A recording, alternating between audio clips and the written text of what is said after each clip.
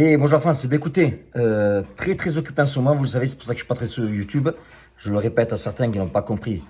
Je ne suis pas un YouTuber professionnel, je gagne pas ma vie sur YouTube. Donc j'ai d'autres choses à faire, j'ai beaucoup de choses à faire et j'essaie de faire le plus que je peux en fait pour être sur YouTube. Mais comme vous le savez, ben, ce mois-ci ça a été très important pour moi parce que le lancement euh, de ce que je vais proposer en fait en France, ça va être énorme. On va en entendre parler, je vous le dis de suite. C'est imminent, le lancement est imminent, donc reste accroché. Et donc, il a fallu que je travaille beaucoup sur ça. Puis après, j'ai mes coachings, j'ai le club, j'ai eu les combats, j'ai eu Danny Bill, j'ai beaucoup de choses qui sont arrivées, j'ai eu l'immersion. Donc, c'est pour ça que j'ai pas pris le temps, j'ai pas pu avoir du temps, en fait, pour faire des vidéos YouTube. Mais bon, ne vous inquiétez pas, ça revient. Donc, on m'a envoyé une question qui est très intéressante. On me demande des gens, qu'est-ce que tu penses? Est-ce qu'il vaut mieux avoir ce soir un couteau ou une bombe à lacrymogène? C'est une très bonne question. Alors, les deux sont bons. Ça dépend des circonstances. C'est vrai que moi j'aime bien les bombes lacrymogènes. Pourquoi? Parce que dans la police on les utilise beaucoup. Mais surtout ici parce que moi j'avais une compagnie à l'époque et je vendais des bombes lacrymogènes. Donc j'étais en partenaire avec une autre compagnie et on vendait des bombes lacrymogènes. Et donc j'ai arrêté de faire ça. J'ai revendu la société. Ce que je fais en fait c'est ça mon métier. Ce que les gens ne comprennent pas, c'est que les gens me disent, ils se voient certains gourous, ils te disent, ils croient que je suis un Tunisien avec un centre de con, avec un club de boxe. Ils n'ont absolument rien compris. Mon club de boxe, je le fais parce que ça me fait plaisir. Je le fais pas pour l'argent. L'argent je le prends mais je n'en ai pas besoin. Que les choses soient claires. Donc, mon temps, 90% de mon temps, en fait, c'est de coacher des clients pour les aider dans leur entreprise, à monter des entreprises, à améliorer leur chiffre d'affaires, à améliorer leur relation aussi avec les employés, etc. Je crée des compagnies, j'en ai créé une chier, et quand ça arrive au top, eh bien, je les revends simplement. Par exemple, là, je vous montre un petit peu, ça c'est un stock donc de la compagnie où je vendais des bombes lacrymogènes. Donc, il m'en reste quelques-unes, une trentaine à peu près. Ceux qui viennent à l'immersion vous diront que chez moi, je leur montre en fait des stocks de compagnies que j'ai déjà créées. Et donc, j'aurai tout le temps en souvenir certains produits. Voilà. Donc, la question, donc, c'est ça par rapport à s'il vaut mieux avoir un couteau ou une lacrymogène. Mais ça va dépendre. Moi, je dirais que dans la rue, en fait, si vous avez une lacrymogène dans la main, parce que dans la poche, ça ne sert absolument à rien, c'est vrai que moi, je préfère la lacrymogène pour la simple raison, c'est que, bon, ça va affecter au niveau des yeux, au niveau du nez. Le gars là, va pleurer, il va tousser, etc. Donc, à partir du moment où il ne voit pas qu'il a des problèmes de respirer, c'est plus facile à vous, en fait, de vous échapper, etc. À un couteau, par contre, si vous êtes pas dans l'ascenseur, c'est vrai que le gars a un couteau, c'est beaucoup plus pratique. Pourquoi? Parce que vous n'allez pas mettre une bombe lacrymogène, parce que ça va revenir sur vous aussi, et lui va pas vous planter. Donc encore, ça va dépendre c'est commun ce que je vous dis, c'est sens commun en fait, c'est la pratique. Soyez intelligent. Une chose importante aussi, c'est que ce qui me fait rire, c'est que tu as des gens qui vous disent que, ce qui est vrai en plus, qu'un gars qui est à peu près à 6 mètres de toi ou 7 mètres de toi, il te charge avec un couteau, tu n'auras pas le temps de réagir, et tu vas te faire planter. Ils ont raison. Par contre, ces mêmes mecs, ils vous disent qu'à très courte distance, le mec sur le couteau te plante et ils ont la solution.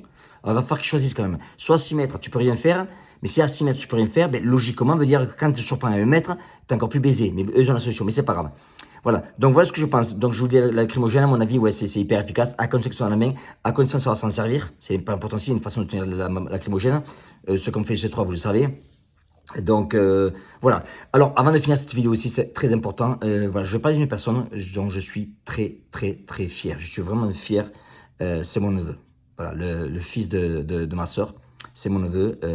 Il est policier à Paris depuis des années. Et là, il fait un truc incroyable. Donc je peux en parler tout simplement parce qu'on a déjà parlé avec lui. Donc ça c'est personnel. Son fils est autiste. Donc il est en train de faire le Tour de France. Justement pour la cause des autistes. Donc, ce qu'il faut savoir, c'est que j'ai pris les notes pour en parler là. Il fait tout simplement le Tour de France pour construire plus de IME. Alors, l'IME, en fait, ce qu'il faut savoir, c'est qu'il s'occupe des autistes et ce qu'il y a, c'est qu'il n'y a pas assez de place en France. Donc, il y a chaque ville en général un IME, il n'y a pas assez de place. Et donc, il a fait un Tour de France tout simplement pour sensibiliser et pour mener, en fait, pour récolter de l'argent, il y a des donations qui vont se faire, mais aussi pour sensibiliser. Parce que je vous le conseille vivement. Si vous avez des gens autour de vous qui sont autistes, ou même un gamin qui est autiste, eh bien, allez sur Instagram, sur son TikTok ou sur son Facebook, je vais mettre le lien en dessous, et vous allez voir toutes les villes qu'il fait, parce qu'il continue d'en faire là. Donc, je crois que ça se termine le 2 avril, c'est la journée mondiale de l'autisme. Donc, il va finir sur Paris.